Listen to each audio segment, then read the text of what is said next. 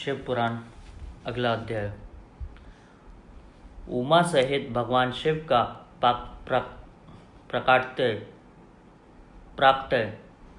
उनके द्वारा अपने स्वरूप का विवेचन तथा ब्रह्मा आदि तीनों देवताओं की एकता का प्रतिपादन।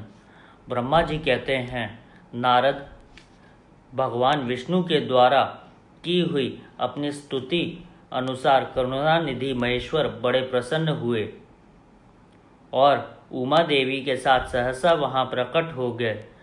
उस समय उनके पांच मुख और प्रत्येक मुख में 3-3 नेत्र शोभा पाते थे।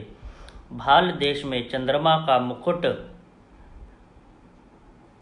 का मुकुट सुशोभित था। सिर पर जटा धारण किए गौरवर्ण विशाल नेत्र शिव ने अपने संपूर्ण अंगों में विभूति लगा रखी थी। उनके 10 भुजाएं थी, कंठ में नील चिन्ह था। उनके श्री अंग समस्त आभूषणों में विभूषित थे। उन सर्वांग सुंदर शिव के मस्तक भस्मय त्रिपुंड से अंकित थे। ऐसे विशेषणों से युक्त परमेश्वर महादेव जी को भगवती उमा के साथ उपस्थित देख मैंने और भगवान विष्णु ने पुनः प्रिय वचनों द्वारा उनकी स्तुति की। तब पापहारी करुणाकर भगवान महेश्वर ने प्रसन्नचित्त होकर उन श्री विष्णुदेव को श्वास रूप से वेद का उपदेश दिया। मुने, उनके बाद शिव ने परमात्मा श्री हरि को गुह ज्ञान का प्रदान किया। फिर उन परमात्मा ने कृपा करके मुझे भी वह ज्ञान दिया। वेद का ज्ञान प्राप्त करके कृतार्थ हुए भगवान विष्णु ने मेरे साथ हाथ जोड़ महेश्वर को नमस्कार करके पुनः उनसे पूजन की विधि बताने तथा सदुपदेश देने के लिए प्रार्थना की। ब्रह्मा जी कहते हैं, मुने, श्री हरि की यह बात सुनकर अत्यंत प्रसन्न हुए। कृपा निधान भगवान शिव ने प्रीतिपूर्वक यह बात कही,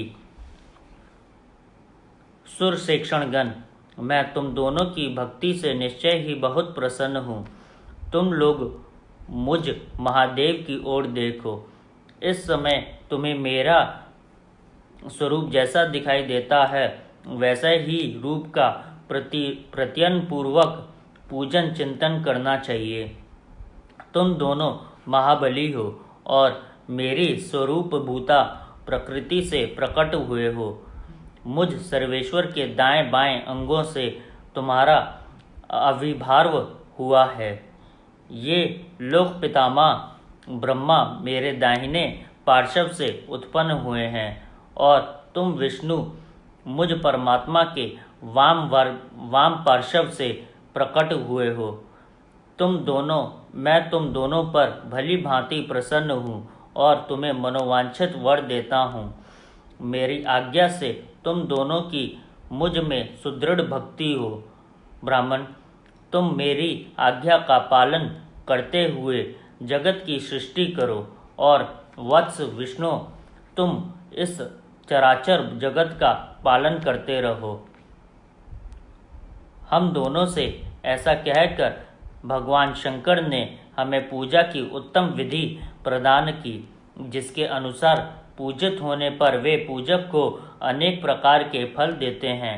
शंभु की उपर्युक्त बात सुनकर मेरे सहित श्री हरि महेश्वर को हाथ जोड़कर प्रणाम करके कहा।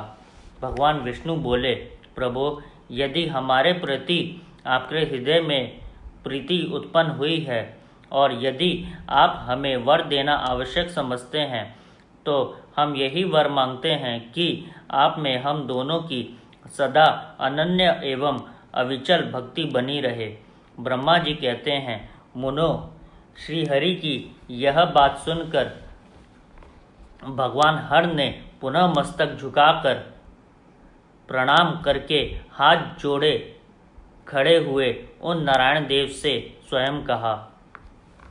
श्री महेश्वर बोले, मैं सृष्टि पालन सृष्टि पालन और संहार का करता हूँ, सगुण और निर्गुण हूँ तथा सच्चिदानंद स्वरूप निर्वकार ब्रह्म परमात्मा हूँ। विष्णु सृष्टि रक्षा और प्रलय रूप गुणों अथवा कार्यों के भेद से मैं ही ब्रह्मा विष्णु और रुद्र नाम धारण करके तीनों स्वरूप में विभक्त हुआ हूँ। हरे, वास्तव में मैं सदा निष्कल हूँ। विष्णु, तुमने और ब्रह्मा ने मेरे अवतार के निमित्त जो स्तुति की है, तुम्हारी उस प्रार्थना को मैं अवश्य सच्ची करूँगा, क्योंकि मैं भक्त वत्सल हूँ। ब्राह्मण, मेरा ऐसा ही परम उत्कृष्ट रूप तुम्हारे शरीर से इस लोक में प्रकट होगा, जो नाम से रुद्र कहलाएगा। मेरे अंश से प्रकट हुए रुद्र की सामर्थ्य मुझसे कम नहीं होगी। जो मैं हूँ वही यह रुद्र है। पूजा की विधि विधान की दृष्टि से भी मुझ में और उसमें कोई अंतर नहीं है। जैसे ज्योति का जल आदि के साथ संपर्क होने पर भी उसमें स्पर्श दोष नहीं लगता, उसी प्रकार मुझ निर्गुण परमात्मा को भी किसी के संयोग से बंधन नहीं प्राप्त होता। यह मेरा शिव रूप है। जब रुद्र प्रकट होंगे तब वे भी शिव के ही तुल्य होंगे। महामुने, उनमें और शिव में परायपन का भेद नहीं करना चाहिए। वास्तव में एक ही रूप जब जगत में व्यवहार निर्वाह के लिए दो रूपों में विभक्त हो गया है, अतः शिव और रुद्र में कभी भेद बुद्धि नहीं करनी चाहिए। वास्तव में सारा दृश्य ही मेरे विचार से शिव रूप है। मैं, तुम, ब्रह्मा तथा जो ये रुद्र प्रकट होंगे वे सब के सब एक रूप हैं। इनमें भेद नहीं है। भेद मानने पर अवश्य ही बंधन होगा, तथापि मेरा शिव रूप ही सनातन है। यही सदा सब रूपों का मूलभूत कहा गया है। यह सत्य, ज्ञान एवं अनंत ब्रह्मा है, अनंत ब्रह्म है। ऐसा जानकर सदा मन से मेरे यथार्थ स्वरूप का दर्शन करना चाहिए। ब्राह्मण, सुनो, मैं तुम्हें एक गोपनीय बात बता रहा हूँ। मैं स्वयं ब्रह्मा जी की भ्रुकुटी से प्रकट होऊंगा। गुणों में भी मेरा प्राकट्य कहा गया है। जैसा कि लोगों ने कहा है, हर तामस प्रकृति के हैं। वास्तव में उस रूप में अहंकार का वर्णन हुआ है। उस अहंकार को केवल तामस ही नहीं, वैकारिक सात्विक भी समझना चाहिए, क्योंकि सात्विक देवगण वैकारिक अहंकार की ही सृष्टि है। यह तामस और सात्विक आदि भेद केवल नाम मात्र का है, वस्तुतः नहीं है। वास्तव में हर को तामस नहीं कहा जा सकता। ब्राह्मण, इस कारण से तुम्हें ऐसा करना चाहिए। तुम जो इस सृष्टि के निर्माता बनो और श्रीहरि इसका पालन करें, तथा मेरे अंश के प्रकट होने वाले जो रुद्र हैं वे इसका प्रलय करने वाले होंगे। ये जो उमा नाम से विख्यात परमेश्वरी प्रकृति देवी है, इन्हीं की शक्ति भूता वाग देवी ब्रह्मा जी का सेवन करेंगी। फिर इन प्रकृति देवी से वहाँ जो दूसरी शक्ति प्रकट होगी वे लक्ष्मी रूप से भगवान विष्णु का आश्रय लेंगी। तदनंतर पुनः काली नाम से जो तीसरी शक्ति प्रकट होगी वे निश्चय ही मेरे अंशभूत रुद्रदेव को प्राप्त होंगी। वे कार्य की सिद्धि के लिए वहाँ ज्योति रूप से प्रकट होंगी। इस प्रकार मैंने देवी की शुभ स्वरूपा पराशक्तियों का परिचय दिया। उनका कार्य क्रमशः सृष्टि पालन और संहार का संपादन ही है। सुरश्रेष्ठ, ये सब की सब मेरी प्रिया प्रकृति देवी की अंशभूता हैं। हरे, तुम लक्ष्मी का सहारा लेकर कार्य करो। ब्राह्मण, तुम्हें प्रकृति की अंशभूता वाग देवी को पाकर मेरी आज्ञा के अनुसार मन से सृष्टि कार्य का संचालन करना चाहिए। और मैं अपनी प्रिया की अंशभूता परात्पर काली का आश्रय ले रुद्र रूप से प्रलय संबंधी उत्तम कार्य करूँगा। तुम सब लोग अवश्य ही संपूर्ण आश्रमों तथा उनसे भिन्न अन्यान्य विविध कार्यों द्वारा चारों वर्णों से भरे हुए लोक की सृष्टि एवं रक्षा आदि करके सुख पाओगे। हरे, तुम ज्ञान विज्ञान से संपन्न तथा संपूर्ण लोकों के हितैषी हो। अतः अब मेरी आज्ञा पाकर जगत में सब लोगों के लिए मुक्तिदाता बनो। मेरा दर्शन होने पर जो फल प्राप्त होता है वही तुम्हारा दर्शन होने पर भी होगा। मेरी यह बात सत्य है, इसमें संशय के लिए स्थान नहीं है। मेरे हृदय में विष्णु हैं और विष्णु के हृदय में मैं हूँ।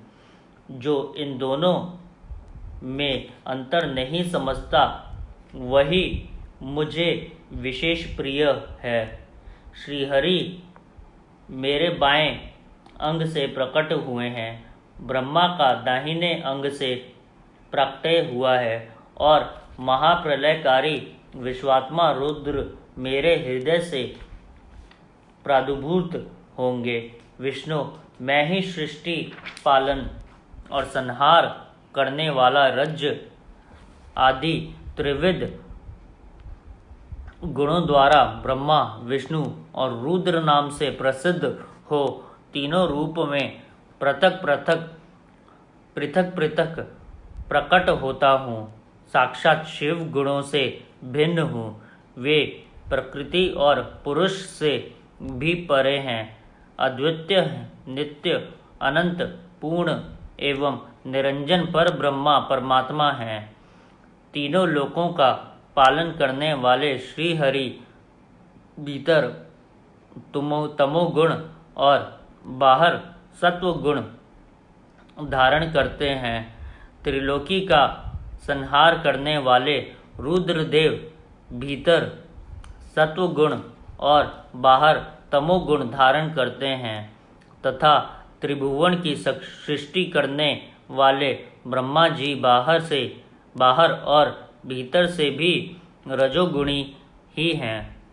इस प्रकार ब्रह्मा, विष्णु तथा रुद्र इन तीन देवताओं में गुण हैं, परंतु शिव गुणातीत माने गए हैं।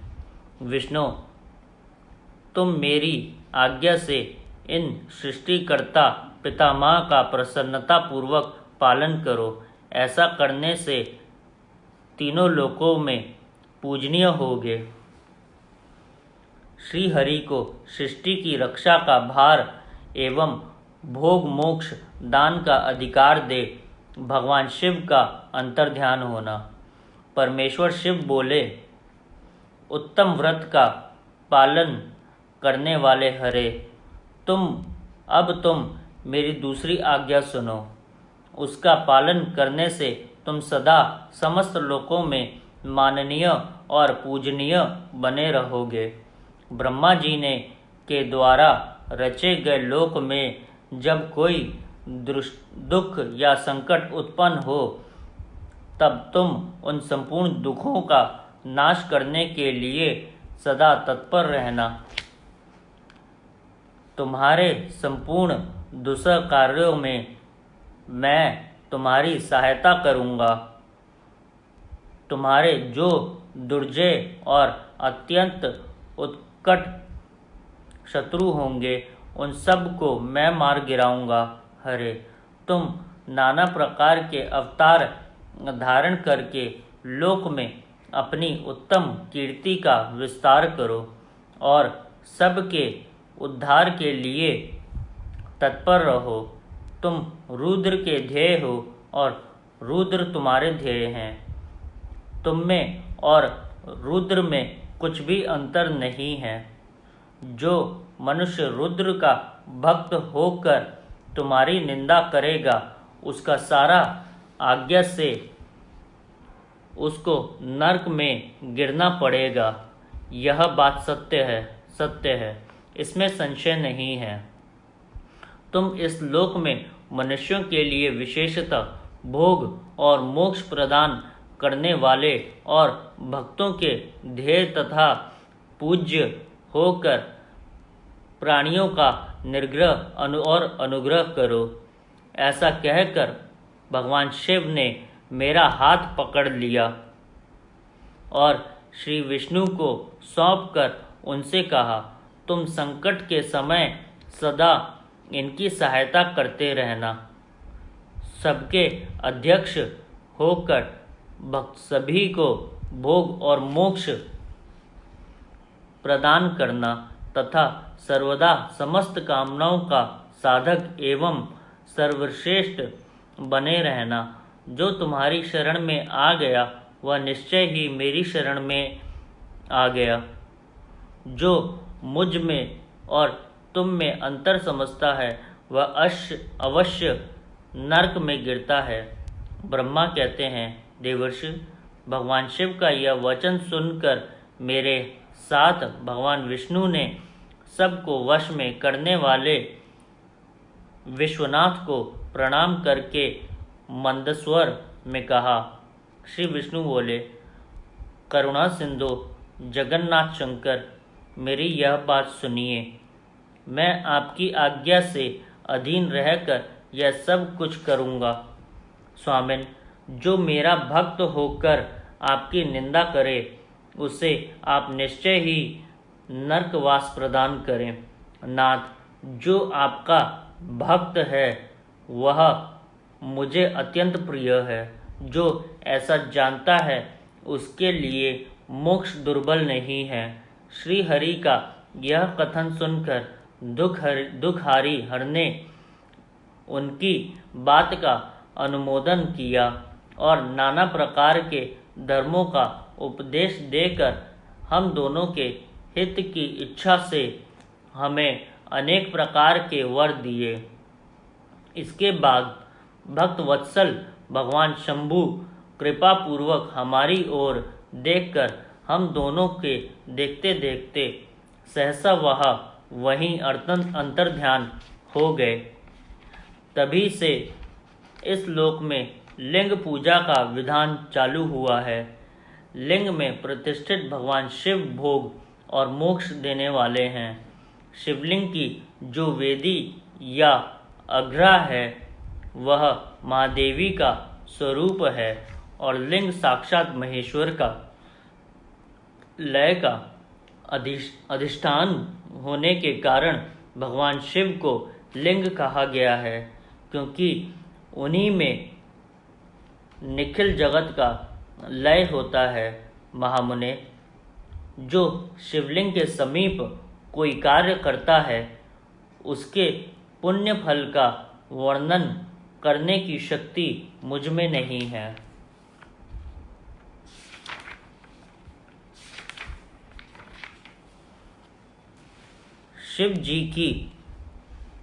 शिव पूजन की विधि तथा उसका फल। ऋषि बोले, व्यास शिष्य महाभाग सूत जी, आपको नमस्कार है। आज आपने भगवान शिव की बड़ी अद्भुत एवं परम पावन कथा सुनाई है।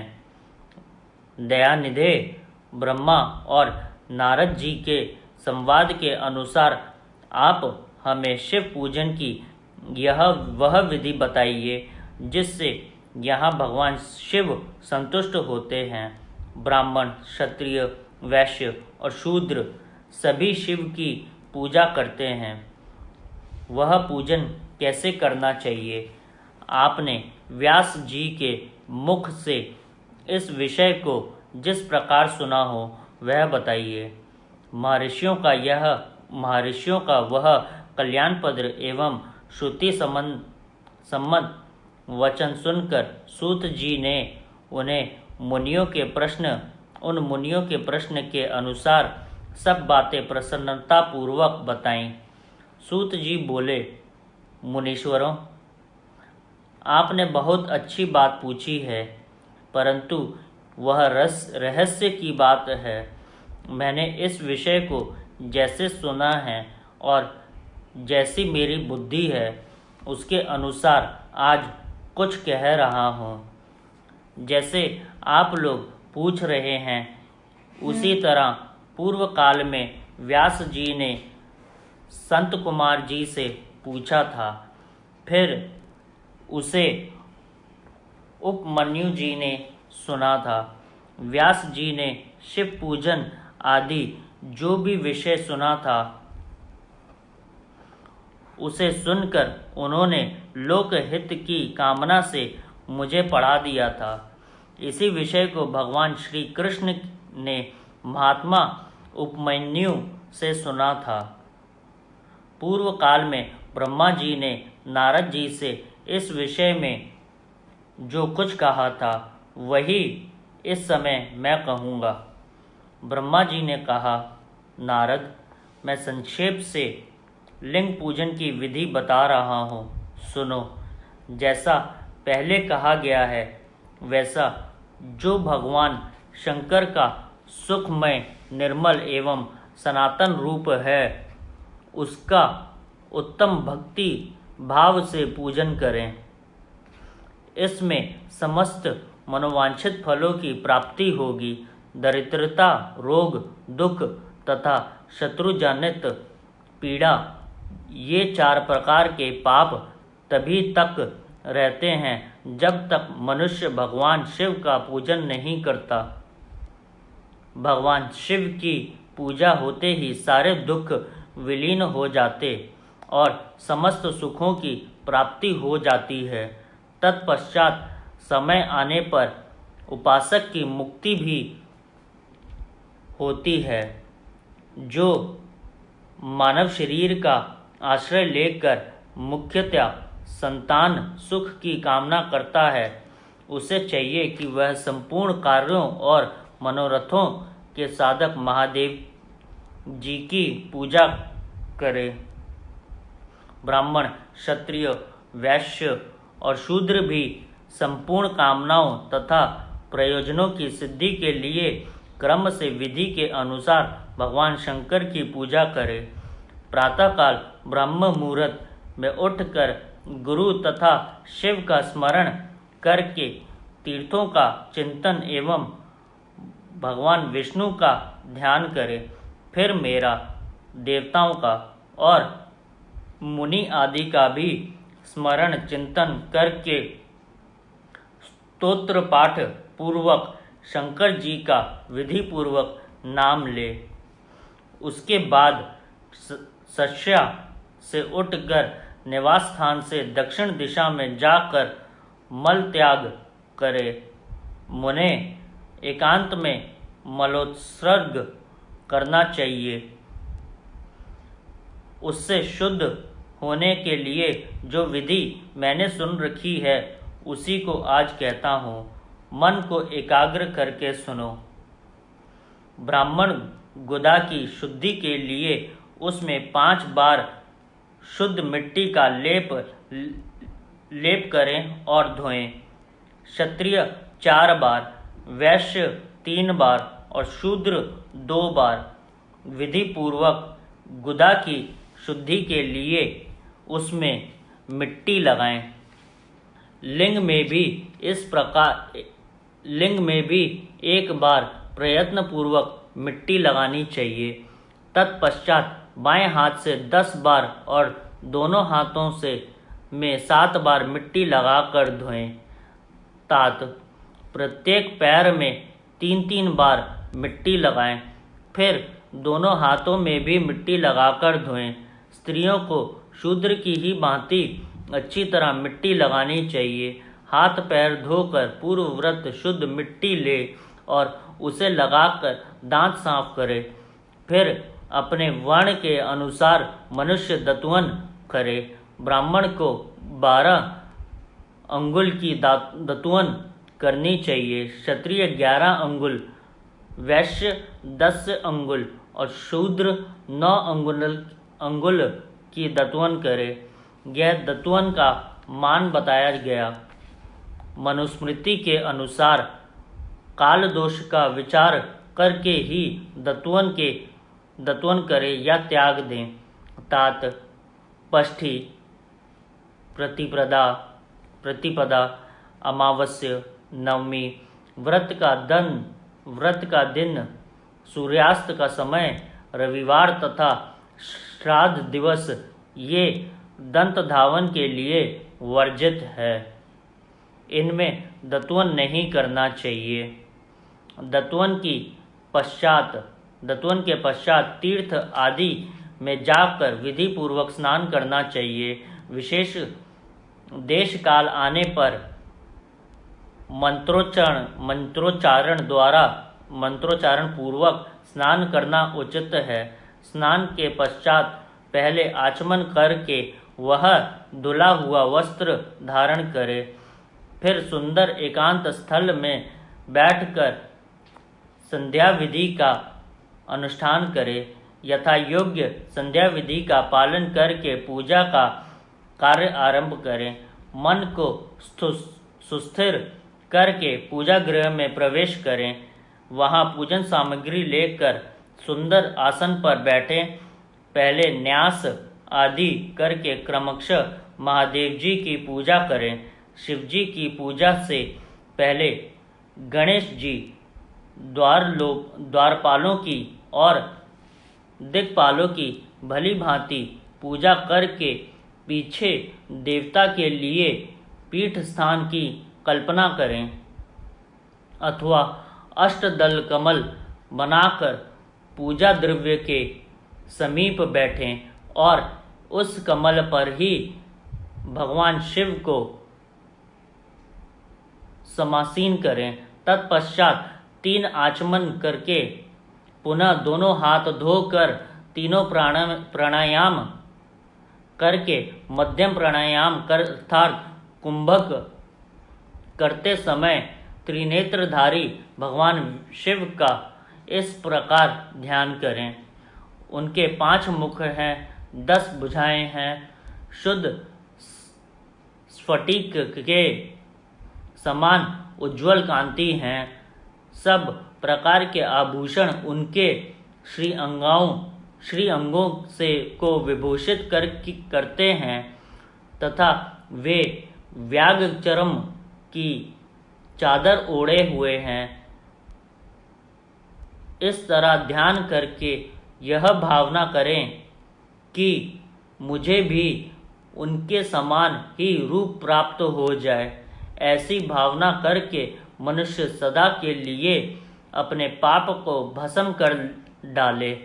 इस प्रकार भावना द्वारा शिव का ही शरीर धारण करके उन परमेश्वर की पूजा करे। शरीर शुद्धि करके मूल मंत्र का क्रमशः न्यास करे अथवा सर्वत्र प्रणव से ही षंडग न्यास करे।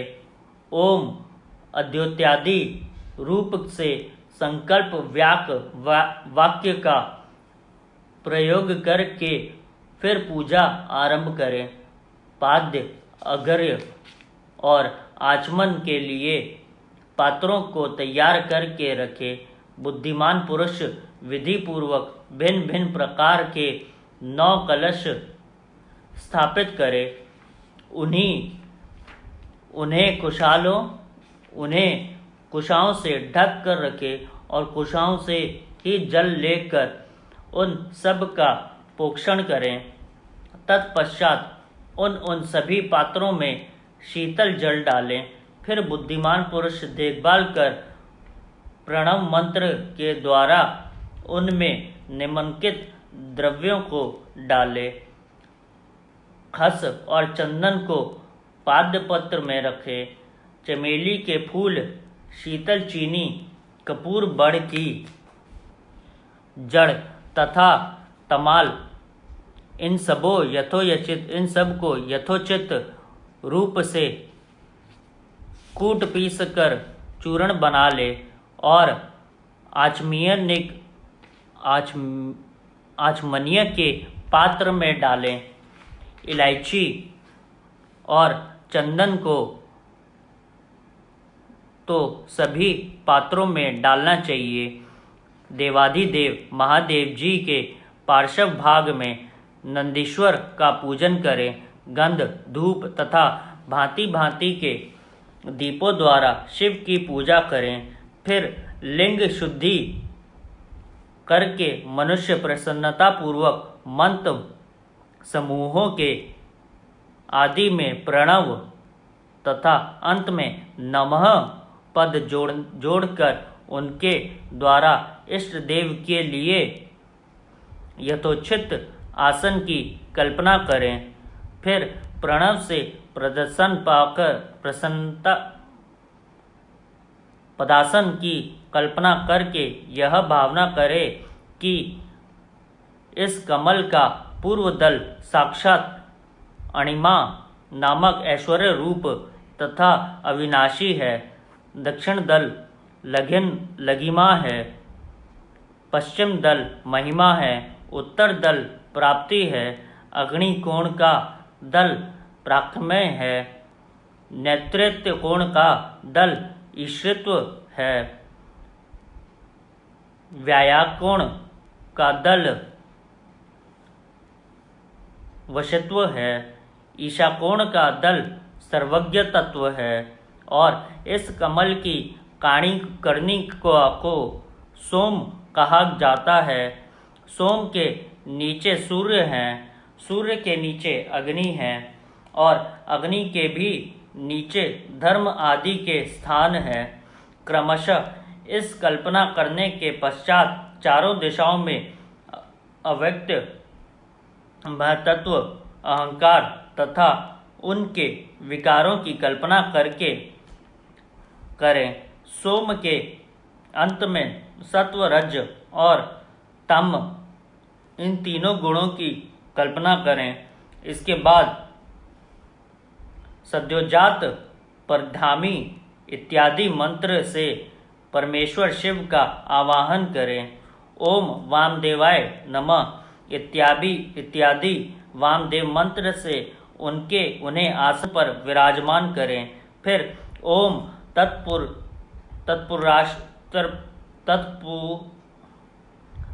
तत्पुरुषाय विघ्ने इत्यादि रुद्र गायत्री द्वारा इष्ट देव का सानिध्य प्राप्त करके उन्हें अघोरो भय इत्यादि अघोर मंत्र से वहाँ निरुद्ध करें। फिर ईशान सर्व विद्यानम इत्यादि मंत्र से आराध्य देव का पूजन करें।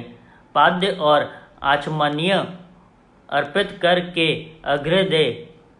तत्पश्चात गंध और चंदन मिश्रित जल से विधि पूर्वक रुद्र देव को स्नान कराएं। फिर पंचज्ञ वन्य निर्माण की विधि से पांचों द्रव्यों को एक पात्र में लेकर प्रणव से ही अभिमंत्रित करके उन मिश्रित गव्य पदार्थों द्वारा भगवान को नहलाएं। तत्पश्चात पृथक पृथक दूध, दही, मधु, गन्ने के रस तथा घी से नहलाकर समस्त अभिष्टों के दाता और हितकारी पूजनीय महादेव जी का प्रणव के उच्चारण पूर्वक पवित्र द्रव्यों द्वारा अभिषेक करें। पवित्र जलपात्रों में मंत्रोच्चारण पूर्वक जल डालें। डालने से पहले साधक श्वेत वस्त्र से उस जल को यथोचित रीति से छान ले। उस जल को तब तक दूर ना करें जब तक इष्ट देव को चंदन ना चढ़ा ले। तब सुंदर अक्षतों द्वारा प्रसन्नता पूर्वक शंकर जी की पूजा करें। उनके ऊपर कुश, उपामार्ग, कपूर, चमेली, चंपा, गुलाब, श्वेत, कनेर, बेला, कमल और उत्पल आदि भांति भांति के अपूर्व पुष्प एवं चंदन आदि चढ़ाकर पूजा करें। परमेश्वर शिव के ऊपर जल की धारा गिरती रहे, इसकी भी व्यवस्था करें। जल से भरी भांति के पात्रों द्वारा महेश्वर को नहलाएं। मंत्रोच्चारण पूर्वक पूजा करनी चाहिए। वह समस्त फलों को देने वाली होती है। तात, अब मैं तुम्हें समस्त मनोवांछित कामनाओं की सिद्धि के लिए उन पूजा संबंधी मंत्रों को भी संक्षेप में बता रहा हूँ। सावधानी से सुनो। पावमान मंत्र से, वाड़में इत्यादि मंत्र से, रुद्र मंत्र तथा नील रुद्र मंत्र से, सुंदर एवं शुभ पुरुष सूत से, श्री सूत से, सुंदर अर्थव्य शीर्ष से के मंत्र से, ओम भ्रदा इत्यादि मंत्र से, शांति संबंधी दूसरे मंत्रों से, वारुण्य मंत्र और अरुण मंत्रों से, अर्थात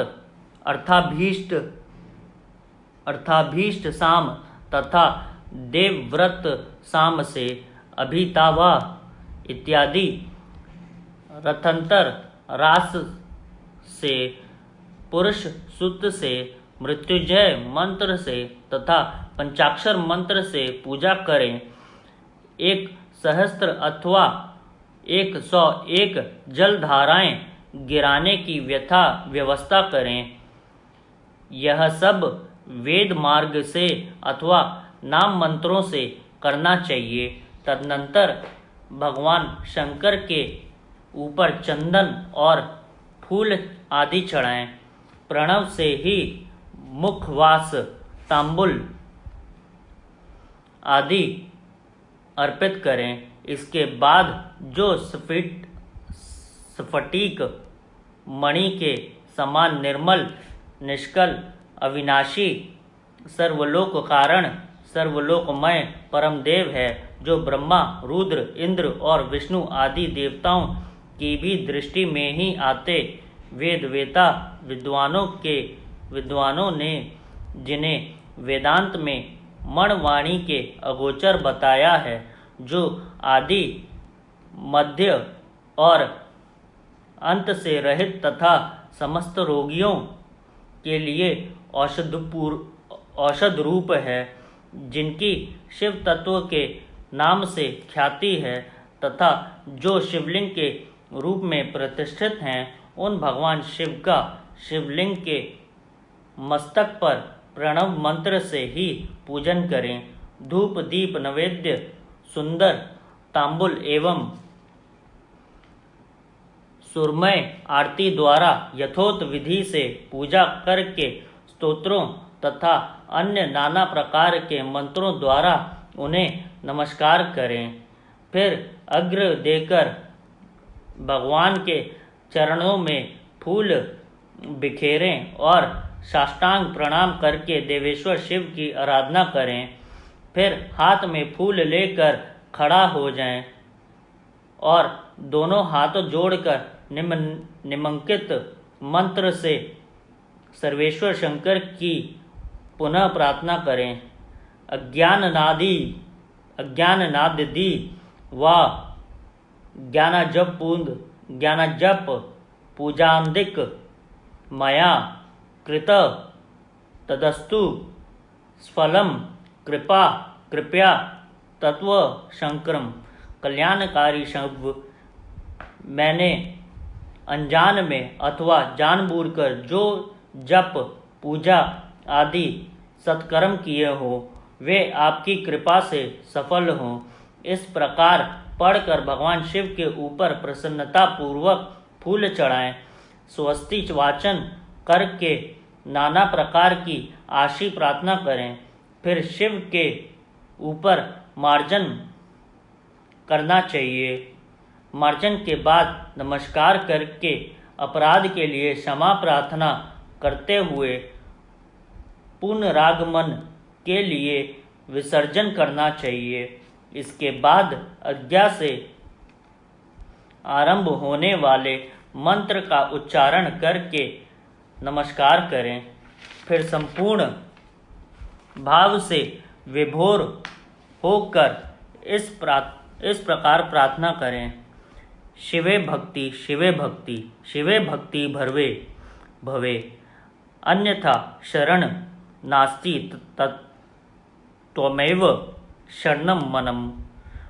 प्रत्येक जन्म में मेरी शिव में भक्ति हो, शिव में भक्ति हो, शिव में भक्ति हो। शिव के सिवा दूसरा कोई मुझे शरण देने वाला नहीं। महादेव आप ही की मेरे लिए शरणदाता हैं। इस प्रकार प्रार्थना करके संपूर्ण सिद्धियों के दाता देवेश्वर शिव पराभक्ति के द्वारा पूजन करें। विशेषतः गले की आवाज़ से भगवान को संतुष्ट करें। फिर सब परिवार नमस्कार करके अनुपम प्रसन्नता का अनुभव करते हुए समस्त लौकिक कार्य सुखपूर्वक करता हरें।